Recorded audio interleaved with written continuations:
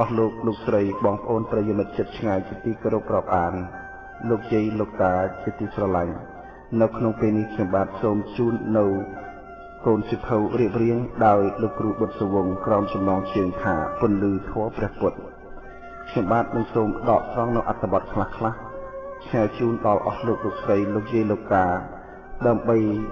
ជាការចេះដឹងព្រមទាំងជាការចាប់អ្នកផលកុសលទាំងអស់គ្នាជាដំបូងសូមជូននៅអត្ថបទទី1មានចំណងជើងថាសិរីជាទ្រព្យដ៏ប្រសើរសិរីក្នុងទីនេះគឺជាសេចក្តីល្អឬជាបុណ្យកុសលដែលមនុស្សយើងបានធ្វើទុកមកតាមលំដាប់លំដោយរហូតដល់ជាពុញ្ញនិធិជាគំនោបុណ្យឬជាបុណ្យបារមីដែលជាប់តាមបុគ្គលអ្នកធ្វើនោះរហូតមកនឹងឯងសិរីគឺជាទីមកហើយស្ថិតនៅនៃភោគៈទាំងឡាយដោយសេចក្តីថាភោគសម្បត្តិទាំងឡាយហាក់ដូចជាចូលចិត្តតែមនុស្សណាដែលមានសិរីនៅក្នុងខ្លួនអីចឹងរីឯមនុស្សណាមិនមានសិរីនៅក្នុងខ្លួនឬអស់សិរីសម្បត្តិមិនប្រាថ្នានៅជាមួយឡើយមនុស្សយើងសូម្បីមានភោគសម្បត្តិមកអំពីគំនោមរតកក្តីបានមកអំពីអំពើអ្វីៗផ្សេងក្តីតែកាលណាខ្វះសិរីហើយភោគសម្បត្តិទាំងនោះរមែងសន្សឹមអស់ទៅពេលខ្លះសម្បត្តិថ្មីដែលបានមកនោះត្រឡប់ទៅមកជាសម្បត្តិចាស់ធ្វើឲ្យវិនាសជាមួយក៏មានថែមទាំងគ្រោះថ្នាក់ដល់ខ្លួនជាម្ចាស់ទៀតផងបុណ្យដែលចាត់ថាជាសិរីនោះបានដល់បុណ្យគឺការប្រព្រឹត្តធម៌ដែលជាសេចក្តីល្អផ្សេងដូចជាការមានមេត្តាករុណាការអើពើទំនុកបម្រុងការមានអាជីពសុចរិតការនិយាយពីរោះការគោរពអោនលំទោនជាដើមដែលធ្វើឲ្យអ្នកដទៃពេញចិត្តស្និទ្ធស្នាលនិងជាឧបការៈជួយឲ្យខ្លួនឯងមានសេចក្តីចម្រើនឈានឡើងដោយលំដាប់រួមទាំងការវាចាកនៅអំពើអាក្រក់ទុច្ចរិតគ្រប់បែបវាចាកអបាយមុខគ្រប់ប្រការហើយមានព្យាយាមមិនខ្ជិលច្រអូសក្នុងការងារផ្សេងផងទាំងអស់នេះឯងជាសិរីរបស់មនុស្សដែលប្រព្រឹត្តធម៌ដោយពោលមកនេះចាត់ថាជាមនុស្សមានសិរីនិងសមគួរជាមនុស្សប្រភេទជាទីមកហើយស្ថិតនៅនៃភោគៈទាំងឡាយចំណែកបុគ្គលមិនប្រព្រឹត្តធម៌វាចាកទុច្ចរិតមិនបានមានក្នុងអបាយមុខគ្រប់សពដូច្នេះទោះជាមានបានទ្រព្យសម្បត្តិពីណាមកក៏ដោយក៏នៅមិនបានយូរហើយត្រឹមតែមួយថ្ងៃពីរថ្ងៃក៏នឹងមានហេតុឲ្យទ្រព្យចាកចេញទៅនៅជាមួយមនុស្សមានសិរីវិញដោយជាការពិតសិរីនេះនៅជាមួយអ្នកណាគឺជារបស់អ្នកនោះមិនអាចខ្ជិះជាខ្ចីគ្នាឬសូមឲ្យឬលួចបានឡើយមិនមែនដូចជាទ្រព្យខាងក្រៅដែលអាចខ្ចីគ្នាជាដើមបាននោះទេម្យ៉ាងវិញទៀតសិរីបានដល់ភាពជាធំមានឋានៈខ្ពង់ខ្ពស់មានស័ក្តិមានយសដោយបុណ្យបារមីចាស់ឬបុណ្យថ្មីក៏ដោយដោយការចេះដឹងព្រមដោយសមត្ថភាពពិតប្រាកដក៏ដោយអ្នកនោះរមែងបានទទួលនៅទ្រព្យសម្បត្តិទាំងឡាយដែលមកអំពីគ្រប់ទិសទាំងពួងព្រោះមានភាពជាធំនោះឯងដោយហេតុនេះបើត្រូវការឲ្យមានសិរីសួស្តីក្នុងខ្លួនឬនៅជាមួយខ្លួនត្រូវសាងសិរីសួស្តីនោះដោយការប្រព្រឹត្តខ្លួនឲ្យទៅជាមនុស្សល្អជាមនុស្សយល់ហេតុយល់ផលនិងមានគុណធម៌មានទឹកចិត្តមិនឃើញតែខ្លួនឯងមានព្យាយាមមាំមួនចេះប្រយ័ត្នមានកតញ្ញូតាធម៌គ្រប់គ្រងអាជីពដោយសិលធ្វើតែការងារប្រឆាចទោសវាចាកអបាយមុខដោយដាច់ខាតពោលគឺចេះរៀបចំជីវិតឲ្យជាទីកើតឡើងនិងជាទីអាស្រ័យនៃសេចក្តីសិរីសួស្តីនឹងឯងមនុស្សមានសិរីនៅក្នុងទីណារមែងធ្វើឲ្យទីនោះចម្រើននៅក្នុងគ្រួសារណាគ្រួសារនោះក៏មានសិរីរស់នៅជាសុខមានលៀបមានយសមានទ្រព្យសម្បត្តិស្ដុកស្ដំគង់វង្សនិងមានភាពត្រជាក់ត្រជុំក្នុងក្រុមគ្រួសារទាំងនោះសិរីទៅជាទ្រព្យដ៏ប្រសើរនិងជាទីស្ថិតនៅនឹងភោគៈទាំងឡាយដ៏ពិតប្រាកដពេលខ្លះយើងអាចកើតសេចក្តីសង្ស័យឡើងថាបុគ្គលនោះគេល្អគ្រប់យ៉ាងការចេះដឹងនិងសមត្ថភាពផ្សេងទៀតក៏ល្អការប្រព្រឹត្តជាទូទៅក៏ល្អ មុខនាទីការងារក៏ខ្ពស់សេចក្តីព្យាយាមព្រមទាំងអធ្យាស្រ័យមេត្រីភាពក៏គួរឲ្យគោរពរាប់អានប៉ុន្តែហេតុដូចម្ដេចទើបគេនោះមិនចម្រើនរុងរឿងឲ្យសមនឹងការងារមានតែរឿងរ៉ាវមិនចេះចប់មិនចេះហើយទៅវិញពុំនោះសោតទេគឺមិនមានអ្នកណាឃើញដល់សេចក្តីល្អរបស់គេទាំងនោះម្ដេចក៏សេចក្តីល្អដែលគេធ្វើនោះមិនជួយគេផងណោះយើងអាចសង្ស័យយ៉ាងនេះក្នុងអ្នកដទៃពេលខ្លះក៏សង្ស័យចំពោះខ្លួនឯងដែរកាលគិតរកចម្លើយត្រឹមត្រូវមិនឃើញក៏ត្រឡប់ជាគិតយល់ថាធ្វើល្អមិនបានល្អទៅវិញតាមពិតមនុស្សយើងជាទូទៅរមែងមានល្អហើយក៏មានមិនល្អផងដែរប៉ុន្តែកាលដែលមានល្អច្រើនទៅនៅក្នុងផ្នែកផ្សេងៗយើងក៏រមែងមើលរំលងនៅអ្វីៗដែលមិនល្អទាំងអ្វីដែលមិនល្អនោះមាននៅក្នុងខ្លួនផងដែរដូចក្នុងករណីខាងដើមអីចឹងមនុស្សដែលយើងមើលថាល្អនោះយើងសាកសង្កេតរកចំណុចខ្វះខាតដែលធ្វើឲ្យគេមិនបានចម្រើនរុងរឿងក្នុងជីវិតទៅមើលយើងនឹងអាចឃើញបានទាំងចំណុចដែលខ្វះខាតដែលយើងបានរកឃើញនោះអាចជាចំណុចខ្វះខាតដ៏សំខាន់របស់គេក៏មានដែរគឺគេអាចល្អខាងក្រៅដែលយើងមើលឃើញគ្រប់យ៉ាងតែគេអាចខ្វះសេចក្តីល្អខាងក្នុងពុំនោះសោតទេគឺគេខ្វះសេចក្តីល្អពីជាតិមុនមកការខ្វះខាតសេចក្តីល្អខាងក្នុងដែលជាចំណុចខ្វះខាតដ៏សំខាន់នោះហើយគឺខ្វះខាតការនឹករលឹកដល់សេចក្តីល្អរបស់អ្នកដទៃព្រមទាំងទទួលយកជាសេចក្តីល្អពិតហើយចរិតទុកក្នុងបេះដូងរបស់ខ្លួននិងរកឱកាសតបស្នងរហូតទៅកតញ្ញូតាធម៌ចាត់ជាគុណធម៌ដ៏សំខាន់ជាភូមិឋាននៃជីវិតបុគ្គលណាមាននៅកតញ្ញូតាធម៌បុគ្គលនោះគឺជាអ្នកមានគ្រឹះនៃជីវិតមាំទាំជីវិតរបស់គេរមែងរុងរឿងគង់ខ្ពស់តទៅបុគ្គលណាខ្វះខាតនៅកតញ្ញូតាធម៌ឈ្មោះថាខ្វះខាតនៅគ្រឹះដ៏មាំទាំក្នុងជីវិតសូម្បីបុគ្គលនោះមានសេចក្តីល្អផ្សេងខាងក្រៅ100មុខក៏ដោយបើខ្វះខាតនៅកតញ្ញូតាធម៌ហើយគឺមិនអាចរុងរឿងទៅបានយូរប៉ុន្មានឡើយ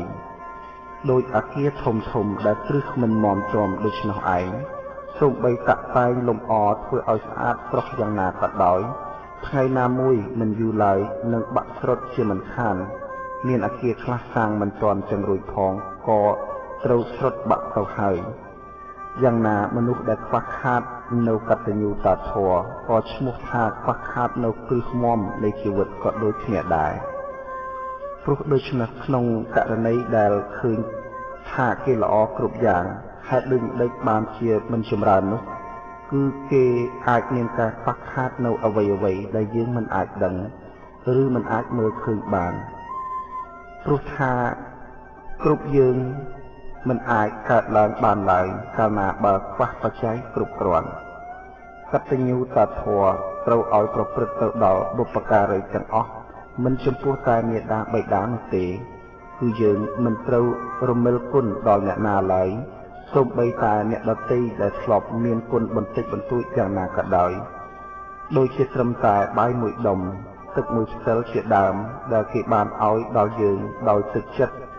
គឺយើងត្រូវចាំទុកថានោះជាគុណបុណ្យដែលយើងគួររកឱកាសតបស្នងឲ្យបានយ៉ាងហោចណាស់ក៏ម្ដងដែរយ៉ាងនេះទើបឈ្មោះថាជាមនុស្សល្អមនុស្សយើងគ្រប់គ្នាក៏គួរតែនឹករលឹកមើលថា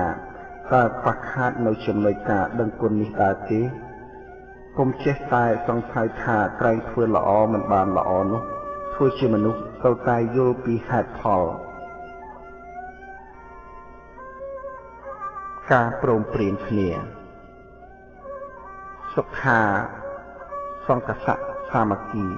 ការព្រមព្រៀងគ្នានៃពួកក្រុមនាំមកនៅសេចក្តីសុខនេះគឺជាព្រះពុទ្ធសម្រាប់ដែលព្រះអង្គត្រាស់ជាង 2500 ឆ្នាំហើយជាសេចក្តីពិតរហូតមកនិងរហូតទៅការព្រមព្រៀងគ្នានាំឲ្យសម្រេចនៅការងារដែលធ្វើគ្រប់យ៉ាងមិនថាការងារនោះជាការងារលំបាកឬក៏ការងារស្រួលឡើយការព្រមព្រៀងនេះ ត្រូវចាប់ផ្ដើមពីចិត្តទៅមុនរួចហើយត្រូវព្រមព្រៀងដោយវាចាទីបំផុតត្រូវព្រមព្រៀងដោយកាយតាមលំដាប់លំដោយដូចនេះឯងការសាងនៅសេចក្តីព្រមព្រៀងឲ្យកើតឡើងនៅក្នុងពួកក្រុមនោះជារឿងដែលត្រូវសិក្សាព្រោះមានរបៀបបែបបទព្រមទាំងឧបាយនិងវិធីផ្សេងច្រើនបែបច្រើនយ៉ាង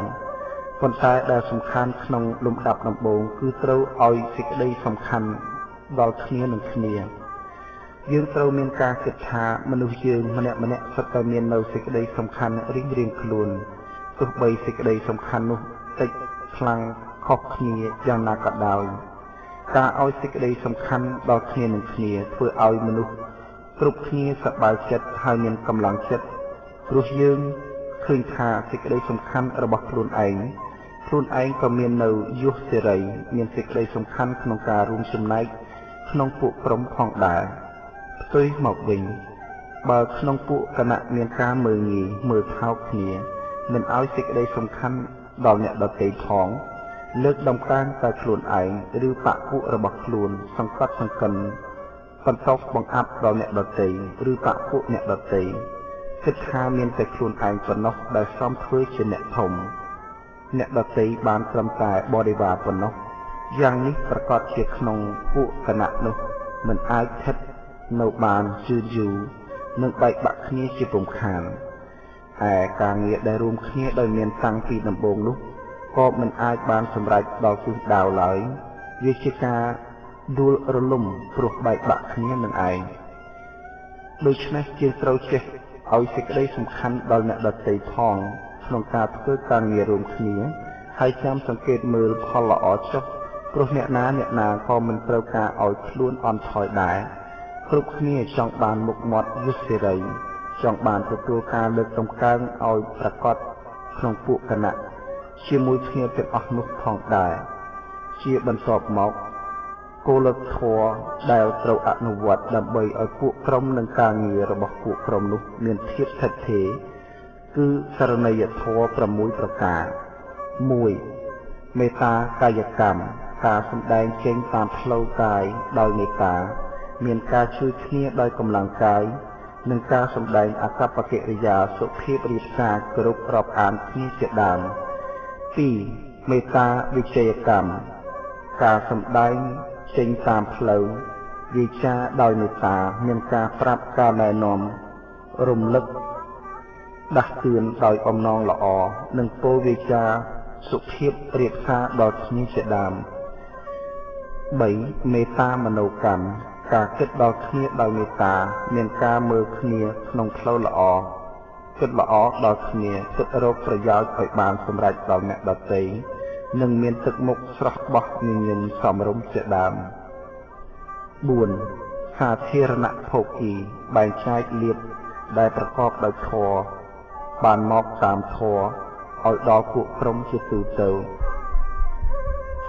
5. សីលសម្បញ្ញតោមានការប្រព្រឹត្តសុចរិតស្មើគ្នាជាមួយអ្នកដទៃមិនធ្វើឲ្យខ្លួនជាទីរង្គៀសដល់ពួកក្រុមឡើយ 6. ទិដ្ឋិសម្បញ្ញតោមានការឃើញត្រូវរួមគ្នាជាមួយក្រុមប្រព្រឹត្តទៅរកកំចាត់បងនៅបញ្ហាផ្សេងធម៌ទាំង6យ៉ាងនេះនាំឲ្យមានការនឹករលឹកដល់គ្នានិងស្រស់ស្រួលនឹងគ្នាជាការដើរឆ្ពោះទៅរកសេចក្តីរបស់ពួកក្រុមការព្រមព្រៀងគ្នាគឺជាការជួយគ្នាឲ្យសម្រេចនៅការងារដែលការងារនោះមិនអាចសម្រេចទៅបានដោយកម្លាំងយើងម្នាក់ឯងឡើយកាលណាបើការងារតូចធំបានសម្រេចយើងក្តីពួកក្រុមក្តីសង្គមជាតិក្តីរមែងចម្រើនរុងរឿងការព្រមព្រៀងគ្នានៃពួកក្រុមការងារតូចធំពុំលំបាកបើបែកបាក់គ្នាទុកឥតស្រាកស្រកេកស្រកាការពុំស្រេចប្រៀបដូចជាមគ្គអង្គ8នៅលោកីកាត់មិនដាច់ព្រោះមិនគ្រប់អង្គទើបមិនស្រេចលោកកុត្តរៈផ្ដាច់ព្រោះព្រមព្រៀង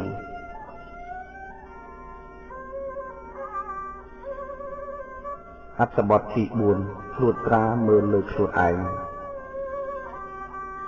ប្រកដីមនុស្សយើងច្រើនតែសម្លឹងមើលអ្នកដទៃពិចារណាវែកញែកគ្នាពីអ្នកដទៃនិងច្រើនតែមើលឃើញកំហុសរបស់គេប៉ុណ្ណោះសភាពបែបនេះព្រោះមកអំពីគុណភាពរបស់ចិត្តក្នុងពេលសម្លឹងមើលបើអ្នកសម្លឹងមានចិត្តលំអៀងទៅក្នុងផ្លូវដែលមិនល្អស្រេចជាមុនហើយការសម្លឹងក៏រមែងឈាងទៅរកតែចំណុចខ្វះខាតរបស់គេប៉ុណ្ណោះគឺមើលរំលងនៅសេចក្តីល្អប្រសើររបស់គេទៅទាំងអស់ក្នុងការសម្លឹងមើលនោះប្រសិនបើមានចិត្តលំអៀងទៅក្នុងសេចក្តីស្រឡាញ់ដោយមានការនិយមរាប់អានជាគ្នាឯងមកហើយវិញនោះការសម្លឹងក៏រមែងឈាងទៅរកតែចំណុចល្អរបស់គេសូម្បីចំណុចល្អនោះវាតិចក៏ឃើញច្រើនហើយលើកយកមករៀបរាប់ពណ៌នាវែងឆ្ងាយឯចំណុចខ្វះខាតវិញសូម្បីមើលឃើញហើយក៏រំលងចោលទៅមិនយកចិត្តទុកដាក់ឡើយទោះជាការសម្លឹងមើលអ្នកដទៃដោយមិនលំអៀងយ៉ាងណាក៏ដោយក៏មិនប្រសើរដោយការសម្លឹងមើលខ្លួនឯងដែរជាការពិតដែលថាមានមនុស្សមិនតិចណាស់មានការសប្បាយចិត្តក្នុងការចាំចាប់កំហុសអ្នកដទៃឬថាមានសេចក្តីសុខក្នុងការប្រជុំគ្នានិយាយនិន្ទាពីអ្នកនេះពីអ្នកនោះព្រមខាតពេលវេលាក្នុងការតាមដានរឿងរ៉ាវព្រមខូចពេលក្នុងការរងចាំមើលផលឆ្នាញ់ចាញ់ឈ្នះរបស់គេព្រមឲ្យពេលវេលាសម្រាប់ជីវិតរបស់ខ្លួនដោយគ្រាន់តែបដូរយកនៅការសប្បាយចិត្តបន្តិចបន្តួចដោយគ្រាន់តែបានស្រណុកមាត់ក្នុងការនិយាយពីគេតែប៉ុណ្ណោះអ្នកណាយ៉ាងម៉េចអ្នកណាធ្វើអ្វីនៅឯណាគឺដឹងសពដឹងគ្រប់ល្អិតល្អន់ម៉ត់ចត់ថែមទាំងចេះវែកញែកទៀតផងថាវាគួរតែយ៉ាងនេះវាគួរតែយ៉ាងនោះគឺតាំងខ្លួនជាអ្នកជំនាញក្នុងគ្រប់រឿងក្នុងពេលដែលអង្គុយវែកញែកពីរឿងអ្នកដទៃនោះរឿងរបស់ខ្លួនឯងនិងរឿងក្នុងក្រុមគ្រួសាររបស់ខ្លួនក៏កំពុងតែនៅដោះស្រាយមិនចេញនៅខ្វះខាតប្រាក់ណាមួយអត់ការធ្វើឯប្តីប្រពន្ធខ្លួនឯងមិនសូវត្រូវគ្នាបញ្ហាទាំងអស់នេះត្រឡប់មកមិនគិតមិនពិចារណារកការដោះស្រាយរវល់តែទៅគិតរឿងអ្នកដទៃដែលមិនមែនជារឿងរបស់ខ្លួនឯងនោះព្រះសម្មាសម្ពុទ្ធទ្រង់ត្រាស់សម្ដែងឲ្យសម្លឹងមើលរឿងរ៉ាវរបស់ខ្លួនឯងឲ្យច្រើនតែអ្វីដែលខ្លួនឯងបានធ្វើហើយនិងអ្វីដែលខ្លួនឯងនៅមិនទាន់បានធ្វើ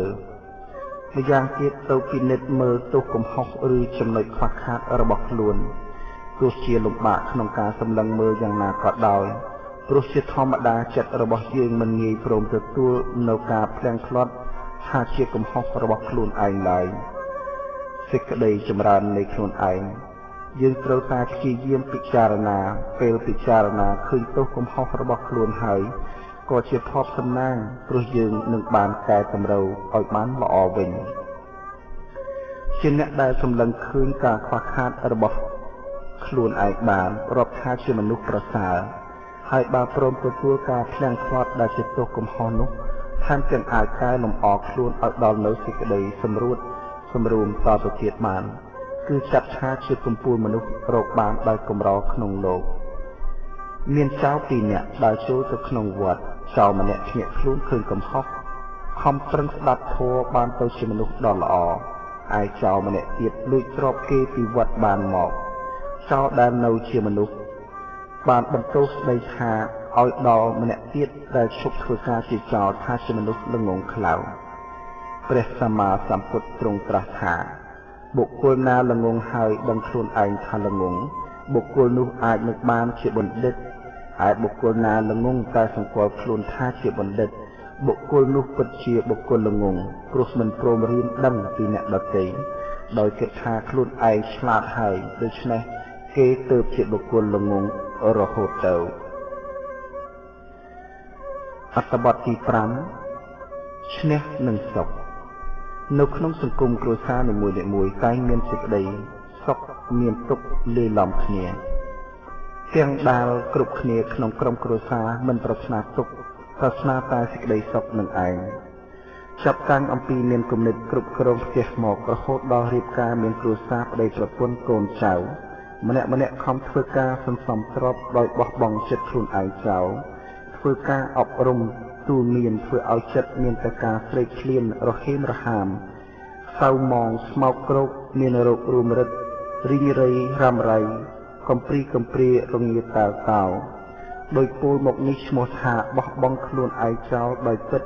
ហើយមិនបានចេះគិតអាណិតខ្លួនឡើយព្រោះមានសេចក្តីដឹងខ្លួនថាខ្លួនបានប្រឹងប្រែងជួយខ្លួនឯងទៅហើយដោយការខំស្វែងរកទ្រព្យសម្បត្តិតែម្យ៉ាង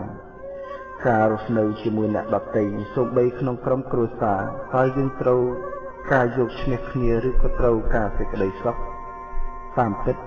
សេចក្តីសុខជាទិសដៅប្រាថ្នានៃមនុស្សយើងគ្រប់គ្នាពាក្យថាសុភមង្គលក៏ជាឈ្មោះនៃសេចក្តីសុខនេះដែរហើយសេចក្តីសុខដ៏សំខាន់នៃជីវិតគឺសុខចិត្តសេចក្តីសុខមានហេតុច្រើនប្រការត្រូវចាំថាមិនមែនមានទ្រព្យជាមហាសេដ្ឋីហើយបានសុខគ្រប់បែបគ្រប់យ៉ាងនោះទេហើយក៏មិនមែនទាល់តែជាអ្នកមានទ្រព្យសម្បត្តិច្រើនទើបអាចរកសេចក្តីសុខឲ្យខ្លួនឯងនិងអ្នកដទៃបាននោះដែរព្រះសម្មាសម្ពុទ្ធទ្រង់ត្រាស់សម្ដែងថាសម្រាប់សេចក្តីក្រោធបានរមែងដេកនៅជាសុខនេះជាការពិតដែលយើងគ្រប់គ្នាត្រូវចាំកុំភ្លេចហើយត្រូវបដិបត្តិកំចាត់ការខឹងក្រោធបន្តិចម្ដងយើងត្រូវតែយល់ដឹងដោយតទៅនេះខឹងនឹងគេគឺដុតចិត្តខ្លួនឯងបើយើងដុតចិត្តខ្លួនឯងយើងនឹងឯងល្ងងហើយឈួតទៀតខឹងនឹងគេគឺអន់ជាងគេគឺអន់ថយជាងអ្នកដែលយើងខឹងនោះតទៅទៀតដូចជាលុតជង្គង់អង្វរសូមសេចក្តីសុខពីគេអញ្ចឹងខឹងនឹងគេគឺចាប់ដើមពីការទាស់ចិត្តមកពីគិតថាគេនឹងឯងជាអ្នកធ្វើនៅអ្វីឲ្យយើងទាស់ចិត្តតែការពិតមកពីយើងមិនយល់អំពីធម្មជាតិក្នុងមនុស្សហើយយើងប្រកាន់ខុសទៅក្នុងធម្មជាតិនោះឯងយើងស្អប់គេយើងស្អប់ខ្លួនឯងព្រោះការភាពសៅមងឲ្យប្រឡាក់ចិត្តខ្លួនឯងតែប៉ុណ្ណោះដោយមិនបានឲ្យភាពសៅមងគឺការស្អប់នោះចូលទៅក្នុងខ្លួនអ្នកដទៃឡើយដូច្នេះបើយើងពិតជាស្រឡាញ់ខ្លួនឯងត្រូវព្យាយាមរក្សាចិត្តរបស់ខ្លួនកុំឲ្យសៅមងឡើយអ្នកដទៃធ្វើល្អមិនបានព្រោះមកអំពីមហាកុសលមិនបានកើតឡើងក្នុងចិត្តរបស់គេមិនមែនមកពីគេធ្វើមិនបានល្អឡើយអ្វីមានហេតុមានបច្ច័យទើបកើតបានដូច្នេះយើងត្រូវយល់ថាអ្នកដទៃធ្វើល្អឲ្យខ្លួនគេមិនបានផងមានរឿងអីដែលគេមកធ្វើល្អឲ្យយើងបានអ្នកណាដែលធ្វើអំពើមិនល្អនិយាយអាក្រក់គិតអាក្រក់ក្នុងលោកនេះនោះ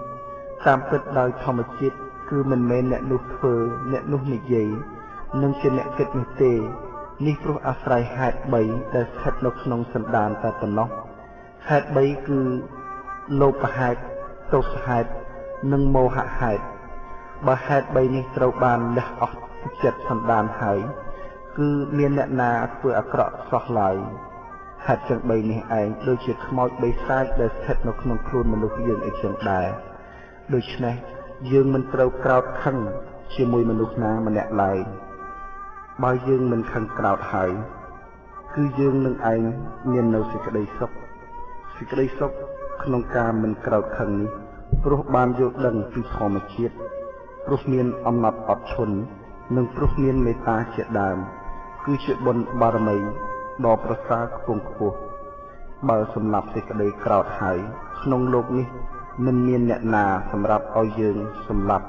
ឬសូម្បីគ្រាន់តែស្អប់នោះឡើយអ្វីជុំវិញជីវិតរស់នៅមានតែភាពមនោរម្យហាក់ដូចជាវិមានក្នុងព្រហ្មលោករឿងក្នុងក្រុមគ្រួសារការសុបិនមានឆៅមានឆ្អិនគួរចិនណាយមានទុកកង្វល់គុំរងសាយលុះដល់ឃ្លាតឆ្ងាយបែបអាល័យចិត្តជាប់ជំពាក់ក្នុងកាមគុណមានទុកទារុណធ្ងន់ពេកក្រៃ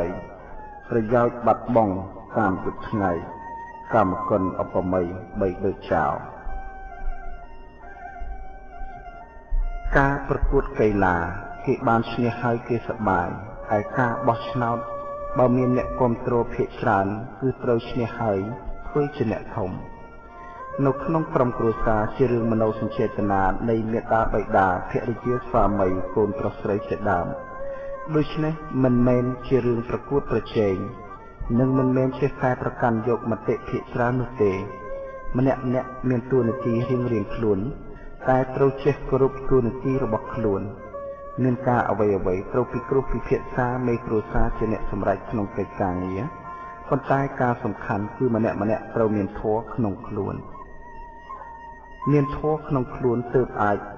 បណ្ដេញអធម៌ឲ្យចេញពីក្នុងខ្លួននេះជាការយកឈ្នះខ្លួនឯងហើយគ្រប់គ្រងខ្លួនឯងដោយសតិសម្បញ្ញៈ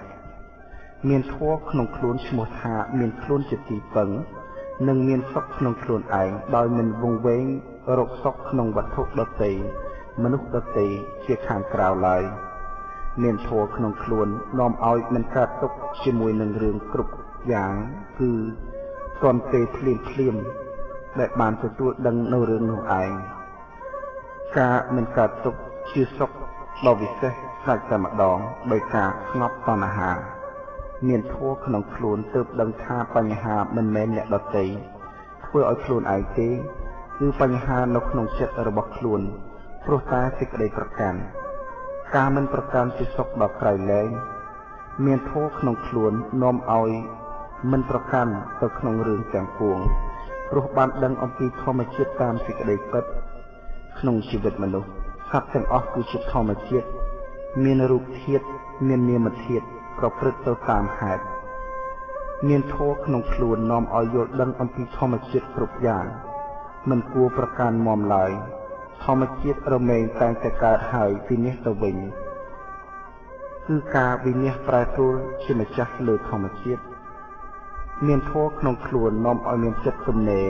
មិនមានការកង្វល់ក្នុងការហួងហែងជីវិតហួងហែងបញ្ញខណ្ឌឡើយការមិនកង្វល់និងការមិនប្រកាន់ទើបជាទីពឹងពិតក្នុងជីវិតនិងក្នុងព្រះពុទ្ធសាសនាមានធម៌ក្នុងខ្លួនទើបដឹងថាសេចក្តីសុខមិនមែនទៅលើការយកឈ្នះអ្នកដទៃនោះទេគឺសេចក្តីសុខរមែងមានហេតុនៃសេចក្តីសុខដោយឡែកផ្សេងមានដូច្នេះគឺដើមគឺសុខព្រោះមិនបៀតបៀនអ្នកដទៃសុខព្រោះសន្សំសេចក្តីល្អសុខព្រោះការព្រមព្រៀងគ្នាសុខព្រោះមានបញ្ញាយល់ដឹងការពិតសុខព្រោះការមិនក្រោធខឹងសុខព្រោះការមិនប្រកាន់សុខព្រោះការឲ្យអភ័យសុខព្រោះការមិនយកទុក្ខមកដាក់លើខ្លួនឯងសុខព្រោះការបានឈ្នះខ្លួនឯងរឿងរ៉ាវនៅក្នុងក្រុមគ្រួសារពេលខ្លះគឺមិនអាចនាំយកហេតុផលមកជជែកគ្នាបានឡើយព្រោះរឿងរ៉ាវវានៅលើហេតុផលដែលយើងចង់និយាយទៅទៀតដូច្នេះមានតែការកែសម្រួលមានតែសម្បទាននិងការយល់ដឹងអំពីសេចក្តីពិតហើយព្រមទទួលប៉ុណ្ណោះទើបវាជាការល្អមានការបែកបាក់គ្នាច្រើនណាស់គឺមកអំពីការប្រកាន់ហេតុផលរៀងៗខ្លួនចង់យកឈ្នះគ្នាដោយអាងហេតុផលដែលខ្លួនមានដោយប្រកាន់ថាហេតុផលរបស់ខ្លួនត្រឹមត្រូវឯម្ខាងទៀតមិនមានហេតុផលអ្វីឲ្យត្រឹមត្រូវឡើយម្ល៉េះហើយទីបំផុតចុងក្រោយក៏ត្រូវបែកគ្នាហេតុផលគឺពិតជារបស់ល្អហើយ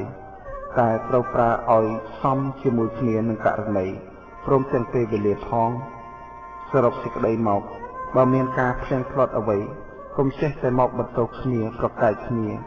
ត្រូវមានគុណធម៌ប្រចាំចិត្តសម្រាប់ដោះស្រាយនៅបញ្ហានោះរឿងក្នុងក្រុមគ្រួសារការសម្ដែងដោយល្ខោនគេតែងលេងប្រឌិតគួរកុំប្រកាន់ល្ខោនជីវិតសិក្សាការពិតបរមធម៌អ្វីបីដូចជាខ្ចីគេដូចឆ្អឹងទទេតែបិទជ័រកម្មគុណបីដូចការតាំងគួរញាប់ញ័រប្រសូតដោយសោកាព្រោះទ្រង់គុណធម៌សាងសេចក្តីស្ងប់បានអ្វីគ្រប់សពចប់តណ្ហាអស់ទុក្ខកង្វល់អស់ប្រាថ្នាលេងសើចសោកាសុខគិតហងនៅក្នុងពេលនេះអត្ថបទទី10សុខនិងទុក្ខនៅក្នុងចិត្តច្រេះពេលដែលកើតនឹងដែកណារមែងស៊ីដែកនោះមួយថ្ងៃបន្តិចម្ដងរហូតដល់ដែកនោះរលេះរលួយអស់ទៅយ៉ាងណាមិញសេចក្តីទុក្ខការកើតក្នុងចិត្តនៃបុគ្គលណាក៏រមែងបៀតបៀនចិត្តនៃបុគ្គលនោះជារៀងរាល់ថ្ងៃធ្វើឲ្យចិត្តក្តៅក្រហាយប្រសពប្រសល់អួលណែននិងឈឺផ្សាមកដល់រូបកាយរហូតដល់ដាច់ខ្យល់ស្លាប់យ៉ាងនោះដែរតាមការពិតទុក្ខសោកនេះមិនមាន អ្នកណាចង់ជួបចង់បានឡើយប៉ុន្តែទាំងដែលមិនចង់ជួបមិនចង់មាននោះឯងសេចក្តីទុក្ខក៏នៅជាភ្ញៀវដែលអត់និយាយសូម្បីមិនបានអញ្ជើញក៏នៅតែមករកយើងដែរមកដល់ហើយទោះជាយើងបណ្ដេញក៏មិនព្រមទៅដោយងាយឡើយព្រោះពេលខ្លះទៅហើយមិនជាប៉ុន្មានថ្ងៃក៏ត្រឡប់មកវិញវិលវល់ដូចនេះឯងកាន់ខែកាន់ឆ្នាំរហូតខ្លាចជាសភាវៈប្រចាំថ្ងៃប្រចាំជីវិតរបស់មនុស្សយើងនេះពោលចំពោះការដែលមនុស្សខ្វះឧបាយនៃបញ្ញាបើយើងសាកល្បងពិចារណាមើលឲ្យបានល្អយើងរមែងជួបនៅចំណុចនៃការពិតមួយថាសុខទុក្ខនេះឯងវាកើតឡើងនៅនឹងចិត្តហើយចិត្តនឹងឯងដែលជាធម្មជាតិទទួលយកនៅសុខនិងទុក្ខនោះកាលបើសុខកើតនឹងចិត្តខ្លួនឯងរមែងជាសុខតែបើទុក្ខកើតវិញចិត្តក៏ជាទុក្ខខ្លួនឯងដែរនេះជាការពិតប្រាកដណាស់គឺសុខទុក្ខនោះចិត្តរបស់មនុស្សយើងបានទៅនៅនាំយកមកឲ្យនៅជាមួយពោលគឺធ្វើឲ្យយើងកើតឡើងក្នុងចិត្តខ្លួនឯងដោយចំពោះសេចក្តីទុក្ខដែលប្រៀបដូចជាច្រេះស្នឹមនោះគឺចិត្តរបស់យើងបាននាំយកមកដោយខ្លួនឯងស្រេចហើយខ្លួនឯងក៏រមែងជាទុក្ខដោយដែកដែលច្រេះស៊ីដូច្នោះដែរមនុស្សយើងដោយច្រើនចូលចិត្តគិតទៅក្នុងរឿងផ្សេងដែលសន្សំទុកក្នុងរឿងដែលមិនល្អក្នុងចិត្តរឿងក្នុងអតីតកាលខ្លះរឿងខ្លួនឯងខ្លះរឿងអ្នកដទៃខ្លះរឿងដែលមិនមែនជាសភាវៈពិតគ្រាន់តែជាបញ្ញត្តិទាំងដែលរឿងខ្លះកិលេសក្នុងចិត្តខ្លួនឯងបាននិមិត្តឲ្យកើតឡើងទាំងស្រុងទៀតផងបើក្នុងចិត្តប្រះចាកលោភៈហើយរឿងក្នុងលោកដែលសម្រាប់ឲ្យជាប់ជំពាក់រមែងមិនមានបើក្នុងចិត្តប្រះចាកទោសៈហើយរឿងក្នុងលោកដែលសម្រាប់ឲ្យទាស់ចិត្តរមែងមិនមានបើក្នុងចិត្តប្រះចាកមោហៈហើយរឿងក្នុងលោកដែលសម្រាប់ឲ្យវង្វេងនិងយល់ខុសរមែងមិនមានសេចក្តីពិតក៏រមែងប្រកបឲ្យដឹងច្បាស់ដោយអំណាចកិលេសក្នុងចិត្តមនុស្សយើងរមែងខ្វល់ខ្វាយចូលទៅជំពាក់វៈវិនក្នុងរឿងទាំងឡាយសូម្បីដែលកន្លងទៅហើយរួចទៅហើយក៏នៅតែយកមកគិតឲ្យស្ដុកចិត្តតឹងណែនក្នុងក្បាលប្រសិនបើរឿងកន្លងទៅហើយវារួចបាត់ទៅហើយឲ្យវាហើយទៅចុះមិនយកមកឲ្យស្ដុកណែនក្នុងចិត្តដូច្នេះវាក៏មិនមានអ្វីបង្កការបៀតបៀនដល់ចិត្តយើងដែរមនុស្សយើងដែលទន់ខ្សោយដោយបញ្ញារមែងគិតដោះស្រាយចំពោះតែអ្វីដែលរួចទៅហើយមានការកើតទុក្ខមិនសុខចិត្តចំពោះការប្រព្រឹត្តរួចហើយរបស់អ្នកដទៃមានការស្ដីបន្ទោសដោយការខឹងក្រោធជាដើមចិត្តមិនស្ងប់គឺមិនអាចដោះស្រាយបញ្ហាក្នុងបច្ចុប្បន្នទៅបានទេព្រោះថាបញ្ហាដែលត្រូវដោះស្រាយគឺបច្ចុប្បន្នបើយើងសិក្សាឲ្យបានស្គាល់បច្ចុប្បន្នច្បាស់ថាតើបច្ចុប្បន្នគឺជាអ្វីតែយើងដឹងប្រកាន់មាំឡើយព្រោះថាទោះបីបច្ចុប្បន្នវាជាសភាវៈដទៃដែលត្រូវតាមចិត្តរបស់យើងប្រាថ្នាក៏ដោយក៏វាត្រឹមតែជាបច្ចុប្បន្នប៉ុណ្ណោះវារមែងបែកធ្លាយមិនទៀងសោះសូន្យតែយើងចាំបាច់ចង់បានរបស់ដទៃគ្រាន់តែជាតម្រូវតាមចិត្តយើងមកធ្វើអ្វីសុខចិត្តនឹងទុក្ខនៅក្នុងចិត្តបច្ច័យ4សម្រាប់សុខនៃរូបកាយហើយក៏បាននាំឲ្យសប្បាយចិត្តទៅជាមួយផងដែរប៉ុន្តែបច្ច័យ4មិនមែនសម្រាប់សេចក្តីសុខនៃចិត្តដោយត្រង់ពិតនោះទេអ្វីក៏ដោយឲ្យតែមិនបានកំចាត់បងនៅបាបធម៌ក្នុងចិត្តដោយគ្រាន់តែនាំមកនៅការរីករាយនៃចិត្តប៉ុណ្ណោះអ្វីនោះគឺជាគ្រឿងស្រវឹងរបស់ចិត្តជាគ្រឿងញៀនដោយពិតចិត្តជាប់ជំពាក់នឹងអ្វីណាអ្វីនោះជាចំណងចងចិត្តជាប់ចំណងរមែងទទួលនៅទរណកម្មគឺសេចក្តីទុក្ខសោកមនុស្សយើងតែស្វែងរកការសប្បាយអំពីរបស់ខាងក្រៅត្រូវចំណាយពេលវេលាយ៉ាងច្រើនដើម្បីបាននៅរបស់នោះព្រមទាំងត្រូវចំណាយអ្វីផ្សេងទៀតយ៉ាងច្រើនផងដែរការសប្បាយក៏មិនទៀងដែលនាំឲ្យសប្បាយក៏មិនទៀងម្ល៉េះហើយយើងត្រូវខាតបង់នៅពេលវេលានិងអ្វីច្រើនទៀត ដែលនាំឲ្យបានចំណាយទៅនោះឯងឥតប្រយោជន៍តាមពិតបច្ច័យ4គ្រាន់តែជាទីអាស្រ័យរួចហើយមនុស្សយើងត្រូវស្វែងរកសុខពីចិត្តរបស់ខ្លួនព្រោះថាមនុស្សយើងបានសុខព្រោះចិត្តមាននៅសេចក្តីសុខការគ្រប់គ្រងថែរក្សាចិត្តកុំចាត់បង់រោគគឺកិលេសដែលបៀតបៀននៅចិត្តសន្តានសម្រេចបាននៅសេចក្តីស្ងប់ចិត្តរមែងជាសុខមនុស្សយើងដែលព្រមសមាទានសិលកាន់សិលគឺជាការធ្វើឲ្យចិត្តរបស់ខ្លួនមានសិលចិត្តមានសិលរមែងមានសុខភាពល្អជាចិត្តដែលស្មោះត្រង់ល្អស្អាតមាននៅសេចក្តីសុខល្មមសមរម្យដោយខ្លួនឯងមិនប្រដាប្រដួសដោយកាលមិនទៀងទាត់ហើយមិនទាន់បានមានសិលឡើយសិលជាសម្លៀកបំពាក់ជាគ្រឿងអលង្ការរបស់ចិត្តជាផ្ទះជាជំរករបស់ចិត្តជាអាហារនិងជាថ្នាំកែរោគរបស់ចិត្តដូច្នេះមនុស្សយើងកាលដែលប្រាថ្នានៅសេចក្តីសុខសម្រាប់ខ្លួនត្រូវតែទូលមានចិត្តរបស់ខ្លួនអប់រំចិត្តរបស់ខ្លួនឲ្យចេះកាន់សិលសមាធិគឺជាការសម្រាកយកកម្លាំងរបស់ចិត្តដូចជាការសម្រាកឬការទទួលទានដំណេកនៃរូបកាយដែរកម្លាំងរបស់ចិត្តសម្រាប់ច្បាំងជាមួយសត្រូវក្នុងខ្លួនមាន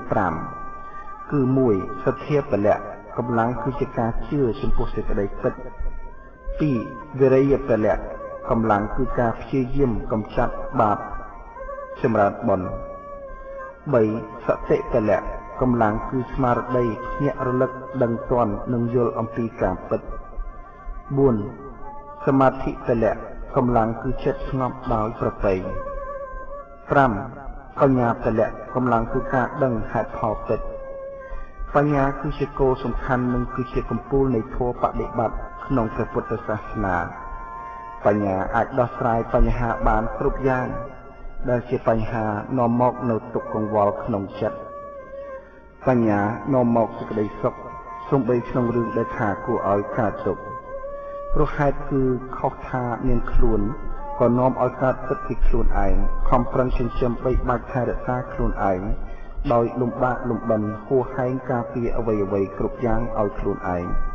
សូម្បីសប្បាយចិត្តក៏ព្រោះមកពីគិតថាខ្លួនឯងបានផលសម្រេចដែរប៉ុន្តែបញ្ញាអាចធ្វើឲ្យមិនមានខ្លួនសម្រាប់កើតទុក្ខកង្វល់ពោលគឺមិនមានខ្លួនសម្រាប់គិតសម្រាប់ហួសហែងការពារបញ្ញាធ្វើឲ្យនៅសល់តែរូបធម៌និងនាមធម៌តែប៉ុណ្ណោះអ្នកមានបញ្ញាប្រើប្រាស់រូបកាយសាងប្រយោជន៍ទុកដាក់រូបកាយដូចជាឧបករណ៍សម្រាប់ប្រើប្រាស់ទោះចាស់ទោះឈឺឬនឹងត្រូវបែកធ្លាយក៏ចំពោះតែរូបកាយប៉ុណ្ណោះអ្នកមានបញ្ញាមិនបានគ្រប់គ្រងផ្លូវចិត្តទេផ្ទុយពីមនុស្សល្ងងដែលរវល់តែបំរើរូបកាយព្រោះសម្គាល់ថាជាខ្លួនហើយក៏មិនបានបំពេញនៅប្រយោជន៍ពិតឡើយអត្ថបទទី12និយាយអំពីសទ្ធាគឺជាជឿការចុះចិត្តសុខការដោតជាប់ដោយចិត្តព្រោះបានពិចារណាឃើញហេតុផលដោយបញ្ញាមានការចែកជា3ផ្នែក1ការជឿការចុះសុខដោតជាប់ទៅក្នុងព្រះសម្មាសម្ពុទ្ធដែលព្រះអង្គជាបុគ្គលគំរូព្រះអង្គទ្រង់បានអះអាងចំពោះសមត្ថភាពរបស់មនុស្សថាមនុស្សអាចត្រាស់ដឹងនៅសច្ចធម៌គឺចូលដល់ការពិតនិងសេចក្តីល្អដ៏ខ្ពង់ខ្ពស់បំផុតបានដោយសតិបញ្ញានិងសេចក្តីព្យាយាមរបស់មនុស្សខ្លួនឯងមនុស្សជាសត្វដែលអាចฝึกហាត់បានអាចមានការចម្រើនឡើងបានទាំងផ្នែករបៀបរបបនៃជីវិតដែលមានទំនាក់ទំនងជាមួយសង្គមប្រព្រឹត្តទៅដោយកាយដោយវាចាទាំងក្នុងផ្នែកគុណធម៌ដែលគប្បីអប់រំឲ្យចាស់ខ្លាក្នុងសន្តានចិត្តក្នុងផ្នែកបញ្ញាចាក់ឆ្លុះធ្លាយយល់ដឹងនៅហេតុផលរហូតអាចរួចផុតចាក់គ្រឿងចងគឺកិលេសនិងទរណកម្មគឺកងទុក្ខការដែលធ្វើទុក្ខឲ្យអស់ទៅព្រមទាំងបានជួបប្រសពនៅភាពជាឥស្សរៈក្នុងចិត្ត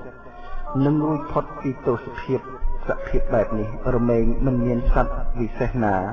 មានទេវតាមាព្រំជាដើមដែលអាចមានសមត្ថភាពនឹងបានប្រសើរជាងមនុស្សឡើយមនុស្សដែលបានฝึกហាត់រហូតដល់មានបានសម្រេចនៅភាវៈដ៏ខ្ពង់ខ្ពស់ហើយ រមែងមានគុណវិសេសដ៏អស្ចារ្យដែលសមគួរនឹងដើរតាមនៃបុគ្គលទាំងឡាយកាលបើមនុស្សមានការជឿជាក់មាំទាំក្នុងចិត្តចំពោះសមត្ថភាពដោយដែលពោលខាងលើនេះគឺគួរតែព្យាយាមបដិបត្តិសាងគុណវិសេសឲ្យបានចម្រើនឡើងក្នុងខ្លួនគួរបដិបត្តិឲ្យបានចូលដល់ធម៌ដែលព្រះសម្មាសម្ពុទ្ធជាអង្គគំរូបានស្វែងរកជួបប្រទះនិងនាំមកសម្ដែងទុករហូតដល់សពថ្ងៃនេះទីពីរការជឿការចុះចិត្តសុខដោតជាប់ទៅក្នុងព្រះសមធម៌ព្រះសម្មាសម្ពុទ្ធទ្រង់ត្រាស់សម្ដែងទុកមកនោះព្រមទាំងព្រះធម៌ដែលទ្រទ្រង់សត្វឲ្យរួចផុតចាកទុក្ខធម៌ដែលព្រះសម្មាសម្ពុទ្ធទ្រង់ត្រាស់ដឹងនិងត្រាស់សម្ដែងគឺសភាវៈដែលប្រព្រឹត្តទៅតាមធម្មតាពោលគឺជាទំនៀមនៃហេតុផលដែលយើងតែងហៅថាច្បាប់នៃធម្មជាតិដែលជាការពិតនៃហេតុផលមានការក្នុងជីវិតនៃសត្វលោកកាលណាបើបុគ្គលអប់រំនៅបញ្ញាបានចាស់ខ្លះហើយបានឃើញច្បាស់នៅធម្មជាតិនោះឯងដោយខ្លួនឯងរមែងដោះស្រាយបាននៅបញ្ញានិងបញ្ហាផ្សេងរំលត់ទុកក្នុងសន្តានបាននៅទីបំផុតទុក3ការជឿការចិត្តសុខដោតជាប់ទៅក្នុងព្រះសង្ឃដែលជាសង្គមនៃមនុស្សមានការខិតនៅក្នុងធម៌វិន័យឬថាជាសង្គមនៃមនុស្សដែលប្រាសចាកទុក្ខក្នុងលោកមានព្រះសង្ឃជាការបញ្ជាក់ឲ្យឃើញថាមនុស្សទូទៅអាចមានសមត្ថភាពធ្វើឲ្យសម្រេចបាននៅគុណធម៌ដ៏ខ្ពង់ខ្ពស់បានចូលដល់ការពិតរួចផុតពីទុក្ខកង្វល់ដោយព្រះសម្មាសម្ពុទ្ធអង្គជាគំរូដែរប៉ុន្តែត្រូវតែជាមនុស្សមានឧបនិស្ស័យល្អនិងព្យាយាមฝึกហាត់ដោយសេចក្តីមិនប្រមាទសង្គមមនុស្សដ៏យ៉ាងល្អបែបនេះកើតឡើងនិងប្រព្រឹត្តទៅបានក៏ដោយអាស្រ័យការប្រព្រឹត្តល្អឥតខ្ចោះនៃបុគ្គលមានគុណធម៌ជាខ្លឹមនៃជីវិតមនុស្សយើងគួរតែលើកតម្កើងនៅសង្គមបែបនេះឯងគួរថែរក្សានិងចូលរួមដោយខ្លួនឯងផ្ទាល់បុគ្គលដែលមាននៅសទ្ធាជឿគុណព្រះធម៌ព្រះពុទ្ធនិងព្រះសង្ឃដោយដែលបានពោលមកហើយនេះរមែងជឿជាក់នៅក្នុងកម្មគឺការធ្វើនិងជឿជាក់ក្នុងផលរបស់កម្មដែលប្រព្រឹត្តទៅជាទំនៀមនៃហេតុផលព្រោះថាក្នុងព្រះពុទ្ធព្រះធម៌ព្រះសង្ឃសុទ្ធតែមានហេតុផលទាំងអស់អត្ថបទ13និយាយអំពីសិលគឺជានិយាទល្អក្នុងការប្រព្រឹត្តឬជារបៀបនៃការរស់នៅទាំងផ្នែកផ្ទាល់ខ្លួននិងជាទាំងផ្នែកទំនាក់ទំនងជាមួយសង្គមជុំវិញដោយកាយវិការវាចារហូតដល់ការងារចិញ្ចឹមជីវិតសិលប្រព្រឹត្តទៅដើម្បីធ្វើឲ្យការរស់នៅនោះឯងមានអំណោយផលដល់ការបដិបត្តិផ្សេងដែលប្រព្រឹត្តទៅដើម្បីចូលដល់ទីបំផុតនៃសេចក្តីល្អគឺជាឧត្តមគតិរបស់មនុស្សក្នុងសង្គមសិលដែលជារបៀបនៃការប្រព្រឹត្តនេះគឺមានលក្ខណៈបិទគប់ឬរាំងស្ទះនៅឱកាសនៃការប្រព្រឹត្តអាក្រក់និងជ្រោមជ្រែងនៅឱកាសនៃការប្រព្រឹត្តល្អសិលបានបង្វឹកបង្ហាត់មនុស្សឲ្យចេះសាងសម្ព័ន្ធភាពដោយកាយវិចារដែលល្អប្រពៃជាមួយនឹងជីវិតដទៃក្នុងសង្គមជាមួយនឹងបរិស្ថានដែលនាំឲ្យផលដល់ការតាំងនៃសេចក្តីសុខសង្គមភាពថ្លៃថ្នូរសម្បូរសប្បាយរបស់ខ្លួននិងសង្គមរបស់ខ្លួនជាពិសេសទាំងក្រៃលែងគឺអំណោយផលដល់ការរស់នៅជាមួយគ្នាដោយល្អប្រាសចាកការគំរាមកំហែងសម្លុតបៀតបៀនរវាងជីវិតដែលប្រាថ្នាសុខទាំងអស់គ្នាក្នុងសភាពនៃការជ្រោមជ្រែងរបស់សិលដែលធ្វើឲ្យសន្តិសុខសង្គមមានស្ថិរភាពសមាជិកម្នាក់ក្រៅអំពីរស់នៅបានដោយសុខស្រួលហើយនៅមានឱកាសដែលនឹងសាងការងារល្អដែលជាសេចក្តីចម្រើនរុងរឿងទាំងផ្នែកសង្គមទាំងផ្នែកចិត្តវិញ្ញាណរបស់ខ្លួនសម្រាប់សង្គមមនុស្សលោកជាទូទៅរបៀបនៃការប្រព្រឹត្តជាខាងដើមឬសិលថ្នាក់ដំបូងសិលជាគ្រឹះជាភូមិឋានដែលរមែងសាងនៅសេចក្តីចម្រើនឲ្យកើតឡើងគឺសិល5មានសារៈសំខាន់ដ៏ក្រៃលែង មានន័យមានតម្លៃសម្រាប់អ្នកប្រព្រឹត្តណាស់ដូច្នេះមនុស្សគ្រប់វ័យគ្រប់ភេទគ្រប់ឋានៈគួរយកចិត្តទុកដាក់ពិចារណាអំពីខ្លឹមសារនិងសិក្សាប្រព្រឹត្តឲ្យបានល្អទៅតាមសិក្ខាបទនីមួយៗ 1. ការមិនប្រព្រឹត្តល្មើសចំពោះជីវិតមនុស្សសត្វដទៃមិនបៀតបៀនមិនសម្លាប់គឺជាការដាក់ចុះនៅអំណាចអាជ្ញាក្នុងការប្រហារជីវិតសត្វជាការសម្ដែងបញ្ជាក់ពីសតិសម្បញ្ញៈមានការចម្រើនឡើងក្នុងមនុស្សមិនដូចជាកតិធម្មតានៃសត្វដេរឆានមនុស្សដែលចម្រើនដោយសតិសម្បញ្ញៈរមែងចេះតែគិតចេះពិចារណាចេះប្រៀបធៀបចេះយកខ្លួនឯងជាឧបមារួចហើយយល់ដឹងដោយបញ្ញាចំពោះជីវិតនៃសត្វលោកមានមនោសញ្ចេតនាមានការឲ្យអភ័យនិងមានមេត្តាករុណា ទី 2 ការមិនប្រព្រឹត្តល្មើសចំពោះទ្រព្យសម្បត្តិនៃអ្នកដទៃមិនលួចមិនប្លន់និងមិនកាន់យកនៅការងារចិញ្ចឹមជីវិតណាដែលមិនប្រពៃឡើយ ទី 3 ការមិនប្រព្រឹត្តល្មើសចំពោះមេធនធម៌មានការសង្រួមក្នុងកាមព្រោះបានពិចារណាឃើញថាកាមទាំងឡាយមានសេចក្តីសុខតិចមានទុក្ខច្រើនមានសេចក្តីចង្អៀតចង្អល់ច្រើន 4. ការមិនប្រព្រឹត្តល្មើសចំពោះសច្ចៈវិជ្ជាការរក្សាសម្ដីឲ្យមានតម្លៃការរក្សាសេចក្តីល្អទុកក្នុងខ្លួនមិននិយាយកុហកមិនឲ្យលៀមមុខចេញពីមាត់សម្ដីដូចជាផ្កាវិជ្ជាដូចទឹកឃ្មុំមានសារៈសំខាន់សម្រាប់មនុស្សណាស់ក្នុងសង្គមនិងទី 5 ការមិនប្រព្រឹត្តល្មើសចំពោះសតិសម្បញ្ញៈមិនទម្លាយនៅសម្បត្តិដ៏វិសេសរបស់ខ្លួនជាមនុស្សគឺគំនិតដែលចេះគិតខុសត្រូវល្អអាក្រក់ដោយការបរិភោគសេពសាយនៅគ្រឿងស្រវឹងនោះឡើយមនុស្សយើងកើតមកជាមនុស្សដោយរូបកាយប៉ុន្តែចិត្តវិញ្ញាណមិនទាន់បានជាមនុស្សឡើយដរាបណាមិនទាន់មាននៅសិល 5 ទេនោះនៅក្នុងអត្ថបទទី 16 និយាយអំពីបញ្ញាប្រែថាការដឹងច្បាស់បានដល់ការដឹងហេតុផលនិងដោយទូទៅវិនិច្ឆ័យបានថាអ្វីពិតអ្វីមិនពិតអ្វីល្អអ្វីអាក្រក់អ្វីខុសអ្វីត្រូវអ្វីគួរអ្វីមិនគួរអ្វីជាគុណអ្វីជាទោសនិងអ្វីជាប្រយោជន៍អ្វីជាមិនប្រយោជន៍ជាដើមបញ្ញាដឹងទំនាក់ទំនងរវាងហេតុនិងផលឬបច្ច័យផ្សេងៗដឹងសភាវៈតាមសេចក្តីពិតដឹងថាត្រូវបដិបត្តិយ៉ាងណាចំពោះសភាវៈពិតនោះទើបអាចដោះស្រាយបញ្ហាដោះស្រាយនៅទុក្ខទាំងឡាយក្នុងជីវិតបានបញ្ញាចេះដឹងអំពីដំណើរជីវិតព្រមទាំងចេះរៀបចំដំណើរជីវិតឲ្យបានល្អត្រឹមត្រូវទៀតផងគឺមិនឲ្យកើតបញ្ហាមិនឲ្យជាទីមកនៃទុក្ខព្រោះការដើរក្នុងផ្លូវខុសហើយបញ្ញាយល់អំពីលោកនិងជីវិតក្នុងលោកតាមសេចក្តីពិតឃើញបដិបត្តិ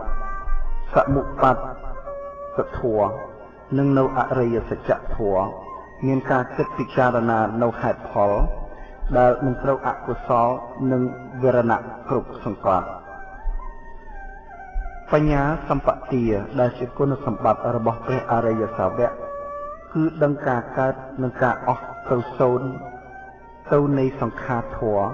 និងកតិធម្មតារបស់លោកនិងជីវិតដែលមានការកើតចាស់ឈឺស្លាប់អ្វីដែលកើតឡើងរមែងមានការវិនិច្ឆ័យទៅវិញរលត់ទៅវិញជាធម្មតាហើយរំលត់នៅសេចក្តីប្រកាន់ដោយបានដឹងច្បាស់ថាសង្ខារទាំងពួងមិនគួរប្រកាន់ថាជារបស់មាំមួនអត្ថបទទី 17 គឺចុងក្រោយមានចំណងជើងថាសាងមនុស្សបណ្ដាការសាងទាំងឡាយមិនមានការសាងណាឲ្យលំបាកជាងការសាងមនុស្សឡើយព្រោះថាការសាងវត្ថុសម្ភារៈផ្ទះសម្បែងជាដើមពេលដែលចុះដៃសាងទៅហើយក៏ឃើញផលសម្រាប់ជាលំដាប់មិនយូរប៉ុន្មានក៏បានរួចស្រេចបាច់តាមគម្រោងការ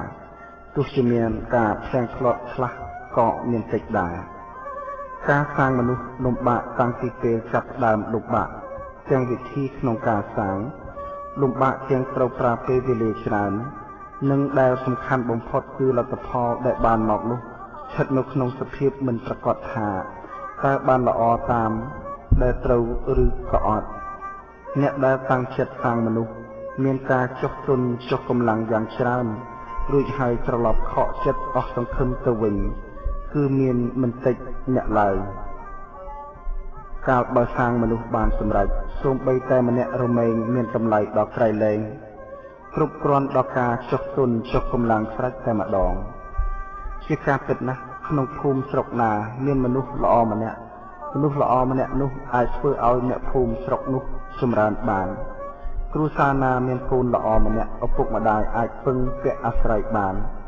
វត្តណាមានបុព្វជិតល្អសូម្បីតែមួយអង្គវត្តនោះរមែងចម្រើន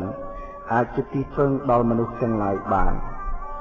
ក្នុងសេចក្តីនេះប្រសិនបើមានមនុស្សល្អច្រើនអ្នកនិងច្រើនអង្គគឺជាការប្រសើរដល់ក្រៃលែងភូមិស្រុកនោះគ្រួសារនោះវត្តនោះរមែងតែជាការចម្រើនទៅមុខគ្មានថយក្រោយឡើយ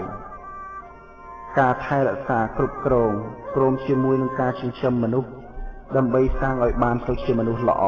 មាននៅគុណភាពនោះគឺពិតជាមិនងាយដោយសាងវត្ថុឡើយអ្នកសាងត្រូវចេះអត់ធន់ចេះលះបង់ទាំងត្រូវចេះត្រៀមចិត្តក្នុងការទទួលផលមិនល្អដើម្បីកុំឲ្យខូចចិត្តជាពិសេសគឺមាតាបិតាដែលប្រាថ្នាតែកូនល្អនោះឯងទោះជាយ៉ាងណាក៏ដោយការសាងមនុស្សពិតជាការងារសំខាន់បំផុតក្នុងរវាងការត្រាស់ដឹងនៃព្រះសម្មាសម្ពុទ្ធព្រះអង្គបំពេញពុទ្ធកិច្ចក្នុងការកសាងមនុស្សធម្មទានរបស់ព្រះអង្គឈ្នះអស់ទានទាំងពួងព្រោះជាទានក្នុងការសាងចិត្តសាងវិញ្ញាណរបស់មនុស្សនិងទេវតាឲ្យបានប្រសើរខ្ពង់ខ្ពស់ធ្វើឲ្យគ្រប់គ្នាមានការយល់ត្រូវជាក់ច្បាស់ចំពោះការពិតឈ្នះនៅទុក្ខទាំងពួងបានព្រះសម្មាសម្ពុទ្ធទ្រង់ត្រាស់សម្ដែងថាលៀបសក្ការៈតែងសម្រាប់នៅបុគ្គលល្ងងខ្លៅដូច្នេះក្នុងរយៈពេលដែលកំពុងស្ថិតនៅក្នុងការសាងមនុស្សត្រូវប្រយ័ត្នរឿងលៀបសក្ការៈមាសប្រាក់និងសម្ភារៈផ្សេងកាលណាបើមាតាបិតាជាដើមចេះតែផ្ដល់ប្រគល់ឲ្យតាមចិត្តកូនចង់គុំនោះសោតទេគឺបង្រៀនកូនឲ្យចេះចាយធំឲ្យចេះហឺហាដោយអលង្ការដោយសម្ពុតខោអាវនិងដោយសម្ភារៈផ្សេងដែលលើសហួតពីការចាំបាច់នោះឱកាសដែលនឹងធ្វើឲ្យខូចកូនគឺមានច្រើន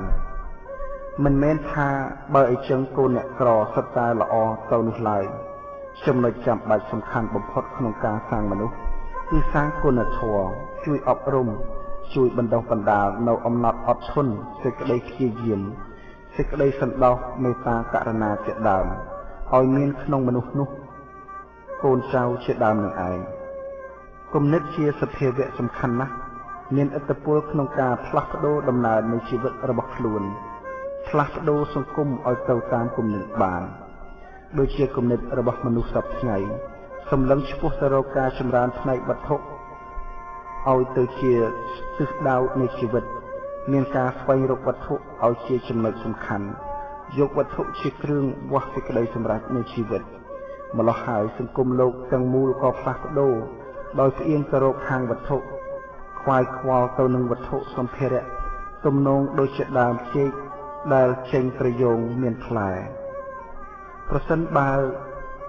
ការគិតរបស់មនុស្សប្រព្រឹត្តទៅរកសេចក្តីចម្រើនផ្នែកខាងវិញ្ញាណវិញមនុស្សរមែងមានគុណធម៌ជាទិសដៅស្វែងរកការចម្រើនផ្លូវចិត្តជាការសំខាន់លើកតម្កើងនិងរាប់អានចំពោះអ្នកដែលមានចិត្តប្រសើរខ្ពស់សង្គមលោកនឹងចម្រើនទៅដោយអរិយធម៌ឯការខ្វាយខ្វល់ក្រហល់ក្រហាយក្នុងចិត្តរបស់មនុស្សក៏ថយចុះដែរដូច្នេះតែដែលសាងមនុស្សទាំងឡាយក៏បីសាងនៅសមាធិគំនិតយល់ត្រូវនិងគុណធម៌ផ្សេងឲ្យចម្រើនក្នុងមនុស្សទើបឈ្មោះថាជាអ្នកសាងលោកពិតប្រាកដតទៅនេះសូមជូនរឿងខ្លីៗដើម្បីជាការពិចារណាចំពោះពន្លឺនៃជីវិតអត្ថបទ23បណ្ដុះពូជមេត្តានៅពេលភ្លៀងធ្លាក់ជាបន្តបន្ទាប់ផែនដីទទួលទឹកជ្រោតជ្រាបសពបណ្ដាគ្រាប់ពូជទាំងឡាយក៏បានដុះរុក្ខជាតិដែលស្វិតស្រពោននិងដែលជ្រុះស្លឹកអស់ក៏ប្រែជាស្រស់និងលាស់ស្លឹកខៀវខ្ចីមានលំពងមានត្រួយគួរឲ្យគយគន់ហើយសប្បាយចិត្តពូជដុះព្រោះទឹក រុក្ខជាតិល្អស្លឹកព្រោះមានភ្លៀងមានពូជមួយបែបទៀតដែលត្រូវអាស្រ័យទឹកដូចគ្នាដែរប៉ុន្តែជាទឹកចិត្តមិនមែនជាទឹកភ្លៀងទេព្រោះថាពូជនោះគឺពូជមេត្តាមេត្តាក៏ដូចជាសពពូជដទៃទៀតដែរព្រោះត្រូវដាំត្រូវបណ្ដុះក្នុងផែនដីគឺចិត្តសន្តាននឹងឯងដូចពាក្យថាបណ្ដុះពូជឈើនៅលើដីបណ្ដុះមេត្រីនៅក្នុងចិត្តស្រោចទឹកមេត្តាកុំឲ្យស្វិតថែកុសលពិតកុំឲ្យរយការបណ្ដុះបណ្ដាលនៅមេត្រីភាពក្នុងចិត្តសន្តានបានដល់បំណងល្អគិតល្អប្រាថ្នាល្អដើម្បីដល់អ្នកដទៃរស់នៅក្នុងជាសុខគឺជាការប្រះចាកនៅការបៀតបៀននិងការបំណងអាក្រក់ផ្សេងៗទៅរកអ្នកដទៃនោះបុគ្គលដែលមានចិត្តពេញទៅដោយមេត្តារមែងសាងតែមិត្តនៅជុំវិញខ្លួនឬនៅគ្រប់ទិសទីគ្រប់ស្ថានម្ល៉េះហើយបុគ្គលនោះទើបមានតែអ្នកដែលស្រឡាញ់រាប់អានដោយទូទៅហើយមិនមានចិត្តទុកអ្នកណាជាសត្រូវឡើយរស់នៅដោយចិត្តត្រជាក់ប្រះចាកជាប្រះចាកចិត្តព្យាបាទទាំងអស់នេះរមែងបានសម្រេចមកអំពីពូជមេត្តាដែលខ្លួនបានបិទបទុកហើយដោយល្អនឹងបានស្រោចទឹកជាប្រចាំនឹងឯងទុនភ្លុនបាយដែលបរិភោគទទួលទានបើរឹងស្រួយពេកទៅក៏គេលំបាកទំពាលំបាកលេបឯសម្ពុតខោអាវស្លៀកពាក់វិញបើសាច់ក្រូតក្រៀតខ្លាំងក៏មិនមានអ្នកណានិយមស្លៀកពាក់ដែរបាយដែលគេបរិភោគគឺបាយទុនមានជ័រល្មមល្មៃមិនជ្រៃពេកមិនស្រួយពេកនិងមិនឆៅឯសម្ពុតអាវគឺគេត្រូវការសម្ពុតសាច់ម៉ត់សាច់ទុនល្អល្អិតស្លៀកពាក់ទៅដោយសប្បាយកាយសេចក្តីនោះយ៉ាងណាចំពោះមនុស្សយើងដែលមានកិរិយារឹងក្រោកគ្រៀតមិនចេះទន់ភ្លន់មានពាក្យសម្ដីមិនសុភាពរៀបសាររមែងមិនមានបុគ្គលណានិយមចូលចិត្តរាប់រកឡើយព្រោះរឿងក្រោកគ្រៀតស្រងៀងស្រងាងមិនទន់ភ្លន់មិនរៀបសាររមែងមិនមែនជាការពេញចិត្តរបស់មនុស្សដោយទូទៅកិរិយាទន់ភ្លន់វិចារសុភាពរៀបការជាស្នេហ៍ដ៏ប្រសើរធ្វើឲ្យមនុស្សនិយមចូលចិត្តស្និទ្ធស្នាលដោយបាយល្អមានរសជាតិគួរដល់ការទទួលទាននិងដូចសម្ពុតសាច់ម៉ត់ទុនល្មីដែលជាទីពេញនិយមនៃមនុស្សទាំងឡាយដូច្នោះឯងដោយហេតុនេះមនុស្សដែលមានកិរិយាមារយាទល្អនិងមានពាក្យសម្ដីទន់ភ្លន់រៀបការដោយផ្កាក្រអូបឬក៏ផ្អែមល្ហែមដូចទឹកឃ្មុំទើបមានប្រៀបលើមនុស្សដែលរឹងក្រោតក្រៀតខាងផ្នែកចរិយាមារយាទនិងពាក្យសម្ដីស្រណោះមេអកមេបាក់សីនៅពេលដែលពងហើយត្រូវក្រាបរក្សាពងក្នុងសម្បុកឯបាក់សីឈ្មោលដែលត្រូវជាគូក៏ដឹងតួនាទីរបស់ខ្លួនត្រូវទៅរកចំណីដើម្បីខ្លួនឯងផងដើម្បីគូក្រងរបស់ខ្លួនផងនិងជួយក្រាបពងក្នុងវេលាផ្លាស់ប្ដូរគ្នាផងយ៉ាងនេះរហូតដល់កូនញាស់ចេញកាក់សុទ្ធទាំងមេទាំងឈ្មោលត្រូវមានភារៈបន្ថែមយ៉ាងធ្ងន់ដោយហើរឡើងហើរចុះ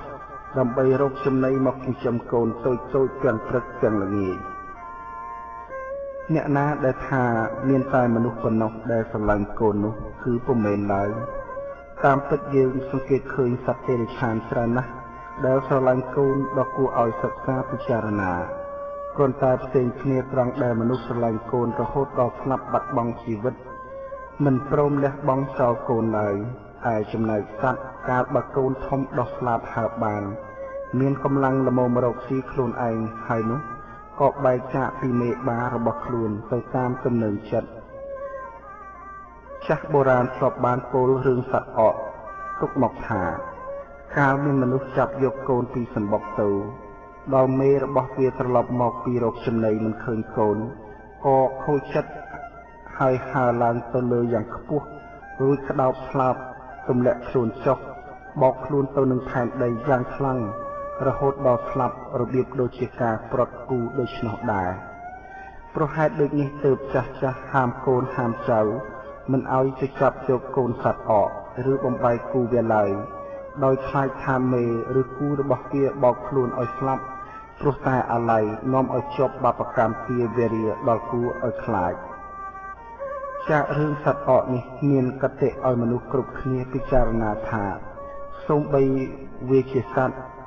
តែវាស្រឡាញ់កូនគូក្រងស្មើជីវិតរបស់ខ្លួន បើមានការព្រាត់ប្រាសយំរកមិនឃើញច្រើនថ្ងៃក៏នឹកថាកូនឬគូរបស់វាស្លាប់ទៅហើយខ្លួនឯងក៏សុខចិត្តស្លាប់តាមដែរទាំងដែលសេចក្តីស្លាប់នេះជាភ័យរបស់សាមញ្ញសត្វដ៏ក្រៃលែងនោះកូនមនុស្សខ្លះព្យាយាមគេចចេញពីម៉ែពីឪដែលម៉ែឪខំព្យាយាមទូលមានព្រានប្រដៅណែនាំឲ្យបានជាមនុស្សល្អគឺមិនជឿមិនស្ដាប់និងមិនព្រមប្រព្រឹត្តតាមឡើយជាកូនដែលវង្វេងទៅសេពគប់ជាមួយមនុស្សអាក្រក់ជាមិត្តថ្លមហើយប្រព្រឹត្តខ្លួនជាមនុស្សចៃសង្គមរហូតក្លាយជាមនុស្សអន់ពពាលដូច្នេះទើបនៅនឹងផ្ទះជាមួយឪពុកម្ដាយមិនបានត្រូវគេចាប់យកទៅឲ្យនៅក្នុងគុកជាប់ឃុំជាប់ឃាំងតាមទោសកំហុសរបស់ខ្លួនរបៀបនេះវាស្រដៀងគ្នានឹងកូនសត្វអកដែលត្រូវគេចាប់យកពីសម្បុកទៅម៉ែឪត្រូវដេកមិនលក់បាយមិនបានកើតការក្តៅក្រហាយចិត្តនិងខូចចិត្តត្រង់ដែលកូនជាមនុស្សលំបាកប្រដៅជជែកក្បាលរឹងសេពគប់បាបមិត្តនិងប្រព្រឹត្តអាក្រក់ថោកទាបរហូតដល់ត្រូវទទួលទុក្ខទោសជាទម្ងន់ចូលកូនសម្លឹងមើលមេបាក់សីដែលស្រឡាញ់កូនរបស់វាហើយចូលដឹងដល់ព្រះគុណរបស់មេត្តាបិតាថាលោកទាំងពីរស្រឡាញ់យើងប្រាថ្នាល្អចំពោះយើងដ៏យ៉ាងក្រៃលែងចូលកូនប្រុសស្រីកុំធ្វើខ្លួនឲ្យមេត្តាបិតាសោកសៅដំបៅចិត្តព្រោះហេតុតែយើងជាកូនប្រព្រឹត្តអាក្រក់ឡើយត្រីនៅលើគោកបំរាស់រកទឹកចចកតែនឹករកព្រៃស្មោសានសត្វក្នុងទ្វីបលោកនឹករកសុខសាន្តមិនអាចប្រៀបបានចិត្តម៉ែដែលនឹកនៅពេលភ្លៀងធ្លាក់រុក្ខជាតិខៀវខ្ចីបាក់សាបាក់សីខ្ញៀវខ្ញាពេលព្រឹកថ្ងៃក្តៅសត្វរោគជំរកក្រោមស្លឹកប្រៀបដូចកូននឹករកម៉ែពេលឈឺជាអវសាននៃកូនសិភៅពន្លឺធម៌ព្រះពុទ្ធរបស់លោកគ្រូបុត្រសុវង្សជាចុងក្រោយសូមជូនអត្ថបទនៃរឿងប្រើសជាមួយកុំព្រៃមានសត្វប្រើសមួយត្រូវនីព្រានដេញតាមប្រហារក៏ខំប្រឹងរត់ហើយគេចពួនបានចូលអែបទៅនឹងកុំព្រៃមួយដោយផុតពីក្រសែភ្នែករបស់ព្រានធ្វើឲ្យព្រានរត់ដេញហួសអំពីទីនោះទៅប្រើសមានការសប្បាយចិត្តខ្លាំងណាស់ព្រោះគិតថាបានរួចផុតពីភ័យហើយទើបបេះស៊ីស្លឹកឈើនៃកុំព្រៃនោះឯងស៊ីរហូតដល់តែកុំព្រៃស្រឡះអាចមើលឃើញខ្លួនឯងបានច្បាស់ពីផ្លូវដើរមកដល់ពេលល្មមនីព្រានដើរមកវិញតាមផ្លូវដដែលទាំងខកចិត្តត្បិតដេញប្រើសមិនទាន់លុះមកដល់ទីនោះដាក់ភ្នែកទៅឃើញប្រើសក៏លាន់មាត់ថាយើអាដែងនេះនៅទីនេះទេតាប្រើសឃើញព្រានម្ដងទៀតខំប្រឹងគេចតែវាគៀកចិត្តណាស់ទៅហើយនីព្រានព្រួញបាញ់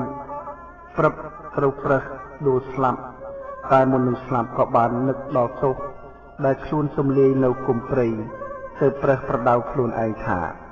នេះឯងទោសនៃការទំលាយរបស់ដែលមានគុណកតិចៈរឿងនេះ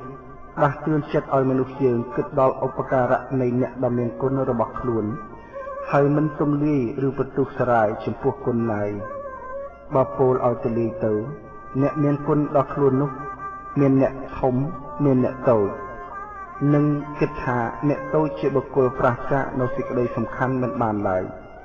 ព្រោះដែលអាចបានជាអ្នកធំក៏មកអំពីមានអ្នកតូចដែរឬថាអ្នកចវាយនេះរបស់គេនៅបានក៏ព្រោះតែមានជាសកម្មករនឹងឯងតាមផ្លូវលោកតែងអប់រំឲ្យអ្នកតូចនឹកដល់គុណរបស់អ្នកធំជាប្រមាណតែតាមផ្លូវធម៌មានការរំលឹកឲ្យអ្នកធំព្យាយាមគិតដល់គុណរបស់អ្នកតូចព្រោះថាអ្នកជាអ្នកលើកដំកើងជួយទំនុកបំរុងនិងបំរើឲ្យដល់ខ្លួនជាអ្នកធំយ៉ាងជិតហើយដិតដល់ទីបំផុតដូច្នេះកាលបើពោលដល់បុគ្គលណាជាអ្នកមានគុណរមែងមានទាំងអ្នកធំនិងអ្នកតូចមិនមែនមានចំពោះតែអ្នកធំប៉ុណ្ណោះឡើយការទំលាយអ្នកតូចដោយការច្រណែនក្តីដោយព្យាបាទក្តីគឺដោយអំណាចនៃអគតិក្តីស្មើគ្នានឹងការទំលាយខ្លួនឯងឬទុកដូចជាការកាត់ដៃកាត់ជើងខ្លួនឯងចោល ដូច្នេះចូលកុំដូចជាសត្វប្រើសដែលសប្បាយចិត្តពេកហើយបរិភោគស្លឹកឈើសឹងដែលជាទីកំបាំងរបស់ខ្លួនទើបត្រូវស្លាប់ព្រោះធ្វើឲ្យងាយព្រានមើលឃើញរូបកាយបានយ៉ាងច្បាស់នោះឡើយបុរាណភាសិតបានតែងថាអ្នកធំកុំមើលងាយអ្នកតូចស្មៅវ័រវិចគួយចងដំរីស្ដេចពឹងរះសង្ឃពឹងវិន័យមច្ឆាជលស័យពិតពឹងទឹកសូមអរគុណចំពោះអស់លោកស្រីលោកយាយលោកតាដែលបានយកពេលវេលាមកការតាមស្ដាប់នៅពន្លឺធម៌ព្រះពុទ្ធដោយលោកគ្រូបុត្រសវង្សសូមពុទ្ធពរទាំង5ប្រការមានអាយុវណ្ណៈសុខៈពលៈនិងបដិភានៈកើតមានដល់អស់លោកស្រីកុំបីអខានឡើយ